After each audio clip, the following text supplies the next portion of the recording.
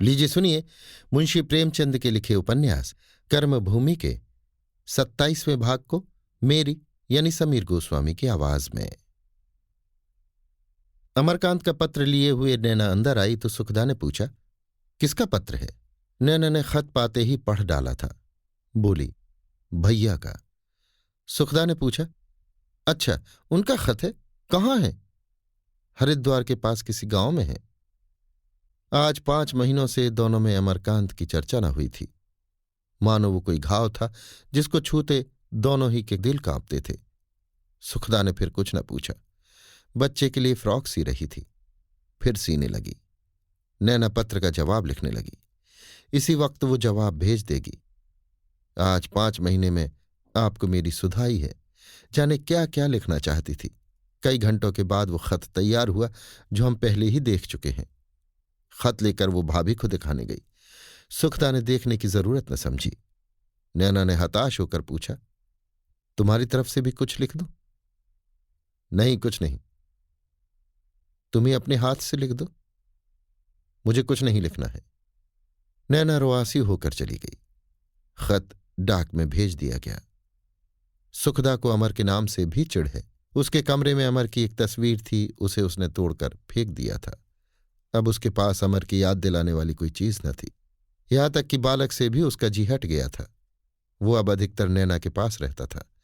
स्नेह के बदले वो अब उस पर दया करती थी। पर इस पराजय ने उसे हताश नहीं किया। उसका आत्माभिमान कई गुना बढ़ गया है।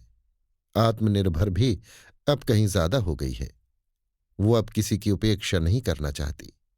स्नेह के दबाव के सिवा और किसी दबाव से उसका मन विद्रोह करने लगता है। उसकी विलासिता मानो मान के वन में खो गई है। लेकिन आश्चर्य की बात यह है कि सकीना से उसे लेश मात्र भी द्वेष नहीं है। वो उसे भी अपनी ही तरह बल्कि अपने से अधिक दुखी समझती है। उसकी कितनी बदनामी हुई और अब बेचारी उस निर्दयी के नाम को रो रही है। वो सारा उन्माद जाता रहा। ऐसे छिछोरों का एतबार ही क्या, वहां कोई दूसरा शिकार फांस लिया होगा। उससे मिलने की उसे बड़ी इच्छा थी, पर सोच कर रह जाती थी। एक दिन पठानिन से मालूम हुआ कि सकीना बहुत बीमार है।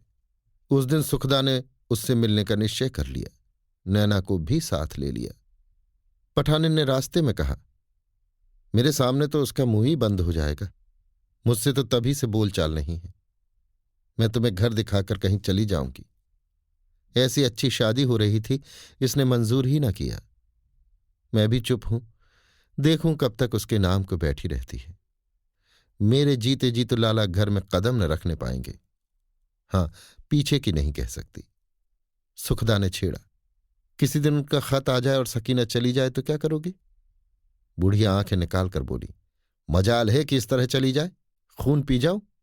सुखदा ने फिर छेड़ा, जब वो मुसलमान होने को कहते हैं तब तुम्हें क्या इनकार है? पठानिन ने कानों पर हाथ रखकर कहा, अरे बेटा, जिसका जिंदगी भर नमक खाया उसका घर उजाड़ कर अपना घर बसाऊं, ये शरीफों का काम नहीं है। मेरी तो समझ ही में नहीं आता इस छोकरी में क्या देखकर भैया रीझ पड़े। अपना घर दिखाकर पठानिन तो पड़ोस के एक घर में चली गई।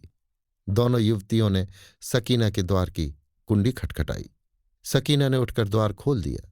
दोनों को देखकर वो घबरा सी गई, जैसे कहीं भागना चाहती है। कहाँ बैठाए, क्या सत्कार करे। सुखदा ने कहा, तुम परेशान न हो बहन, हम इस खाट पर बैठ जाते हैं। तुम तो जैसे घुलती जाती हो। एक बेवफा मर्द के चकमे में पड़कर क्या जान दे दोगी? सकीना का पीला चेहरा शर्म से लाल हो गया। उसे ऐसा जान पड़ा कि सुखदा मुझसे जवाब तलब कर रही है। तुमने मेरा बना बनाया घर क्यों उजाड़ दिया? इसका सकीना के पास कोई जवाब न था। वो कांड कुछ इस आकस्मिक रूप से हुआ कि वो स्वयं कुछ न समझ सकी। पहले बादल का एक टुकड़ा आकाश के कोने में दिखाई दिया। देखते देखते सारा आकाश मेघाच्छन्न हो गया और ऐसे जोर की आंधी चली कि वो खुद उसमें उड़ गई। वो क्या बताए कैसे क्या हुआ। बादल के उस टुकड़े को देखकर कौन कह सकता था आंधी आ रही है। उसने सिर झुकाकर कहा, औरत की जिंदगी और है ही किस लिए बहन जी? वो अपने दिल से लाचार है। जिससे वफा की उम्मीद करती है वही दगा करता है। उसका क्या अख्तियार। लेकिन बेवफाओं से मोहब्बत न हो तो मोहब्बत में मजा ही क्या रहे। शिकवा, शिकायत, रोना धोना, बेताबी और बेकरारी, यही तो मोहब्बत के मजे हैं। फिर मैं तो वफा की उम्मीद भी नहीं करती थी। मैं उस वक्त भी इतना जानती थी कि ये आंधी 2-4 घड़ी की मेहमान है, लेकिन मेरी तस्कीन के लिए तो इतना ही काफी था कि जिस आदमी की मैं दिल में सबसे ज्यादा इज्जत करने लगी थी, उसने मुझे इस लायक तो समझा। मैं इस कागज की नाव पर बैठकर भी सागर पार कर दूंगी। सुखदा ने देखा इस युवती का हृदय कितना निष्कपट है। कुछ निराश होकर बोली, ये तो मर्दों के हथकंडे हैं, पहले तो देवता बन जाएंगे, जैसे सारी शराफत इन्हीं पर खत्म है, फिर तोतों की तरह आंखें फेर लेंगे। सकीना ने ढिठाई के साथ कहा, बहन, बनने से कोई देवता नहीं हो जाता। आपकी उम्र चाहे 1-2 साल मुझसे ज्यादा हो, लेकिन मैं इस मामले में आपसे ज्यादा तजर्बा रखती हूं। ये मैं घमंड से नहीं कहती, शर्त से कहती हूं। खुदा न करे गरीब की लड़की हसीन हो। गरीबी में हुस्न बला है, वहां बड़ों का तो कहना ही क्या, छोटों की रसाई भी आसानी से हो जाती है। अम्मा बड़ी पारसा है, मुझे देवी समझती होंगी, किसी जवान को दरवाजे पर खड़ा नहीं होने देती, लेकिन इस वक्त बात आ पड़ी है तो कहना पड़ता है कि मुझे मर्दों को देखने और परखने के काफी मौके मिले हैं। सभी ने मुझे दिल बहलाव की चीज समझा और मेरी गरीबी से अपना मतलब निकालना चाहा। अगर किसी ने मुझे इज्जत की निगाह से देखा तो वो बाबूजी थे। मैं खुदा को गवाह करके कहती हूं कि उन्होंने मुझे एक बार भी ऐसी निगाहों से नहीं देखा, और न एक कलमा भी ऐसा मुंह से निकला जिससे छिछोरपन की बू आई हो। उन्होंने मुझे निकाह की दावत दी, मैंने उसे मंजूर कर लिया। जब तक वो खुद उस दावत को रद्द न कर दे मैं उनकी पाबंद हूं, चाहे मुझे उम्र भर यों ही रहना पड़े। 4-5 बार की मुख्तार मुलाकातों से मुझे उन पर इतना एतबार हो गया है कि मैं उम्र भर उनके नाम बैठी रह सकती हूं। मैं अब पछताती हूं कि क्यों ना उनके साथ चली गई। मेरे रहने से उन्हें कुछ तो आराम होता, कुछ तो उनकी खिदमत कर सकती। इसका तो मुझे यकीन है कि उन पर रंग रूप का जादू नहीं चल सकता। हूर भी आ जाए तो उसकी तरफ आंखें उठाकर न देखेंगे, लेकिन खिदमत और मोहब्बत का जादू उन पर बड़ी आसानी से चल सकता है। यही खौफ है। मैं आपसे सच्चे दिल से कहती हूं बहन, मेरे लिए इससे बड़ी खुशी की बात नहीं हो सकती कि आप और वो फिर मिल जाएं, आपस का मनमुटाव दूर हो जाए। मैं उस हालत में और भी खुश रहूंगी। मैं उनके साथ न गई, इसका यही सबब था। लेकिन बुरा न मानो तो एक बात कहूं। वो चुप होकर सुखदा के उत्तर का इंतजार करने लगी। सुखदा ने आश्वासन दिया, तुम जितनी साफ दिली से बातें कर रही हो, उससे अब मुझे तुम्हारी कोई बात भी बुरी ना मालूम होगी। शौक से कहो। सकीना ने धन्यवाद देते हुए कहा, अब तो उनका पता मालूम हो गया है। आप एक बार उनके पास चली जाएं।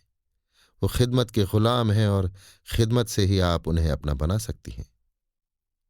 सुखदा ने पूछा, बस या और कुछ?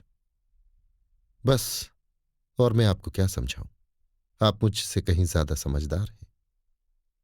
उन्होंने मेरे साथ विश्वासघात किया है। मैं ऐसे कमीने आदमी की खुशामद नहीं कर सकती। अगर आज मैं किसी मर्द के साथ भाग जाऊं तो तुम समझती हो वो मुझे मनाने जाएंगे? वो शायद मेरी गर्दन काटने जाएं। मैं औरत हूं और औरत का दिल इतना कड़ा नहीं होता, लेकिन उनकी खुशामद तो मैं मरते दम तक नहीं कर सकती। ये कहती हुई सुखदा उठ खड़ी हुई। सकीना दिल में पछताई कि क्यों जरूरत से ज्यादा बहनापा जताकर उसने सुखदा को नाराज कर दिया। द्वार तक मुआफी मांगती हुई आई। दोनों तांगे पर बैठी तो नैना ने कहा, तुम्हें क्रोध बहुत जल्द आ जाता है भाभी। सुखदा ने तीक्ष्ण स्वर में कहा, तुम तो ऐसा कहोगी ही, अपने भाई की बहन हो ना। संसार में ऐसी कौन औरत है जो ऐसे पति को मनाने चाहेगी? हां, शायद सकीना चली जाती, इसलिए कि उसे आशातीत वस्तु मिल गई है।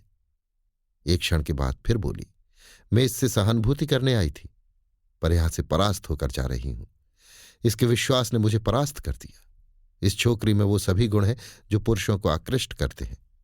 ऐसी ही स्त्रियां पुरुषों के हृदय पर राज्य करती हैं। मेरे हृदय में कभी इतनी श्रद्धा न हुई। मैंने उनसे हंसकर बोलने, हास परिहास करने और अपने रूप और यौवन के प्रदर्शन में ही अपने कर्तव्य का अंत समझ लिया। न कभी प्रेम किया, न प्रेम पाया। मैंने बरसों में जो कुछ न पाया वो इसने घंटों में पा लिया। आज मुझे कुछ कुछ ज्ञात हुआ कि मुझमें क्या त्रुटियां हैं। इस छोकरी ने मेरी आंखें खोल दी। अभी आप सुन रहे थे मुंशी प्रेमचंद के लिखे उपन्यास कर्मभूमि के 27वें भाग को मेरी यानी समीर गोस्वामी की आवाज में।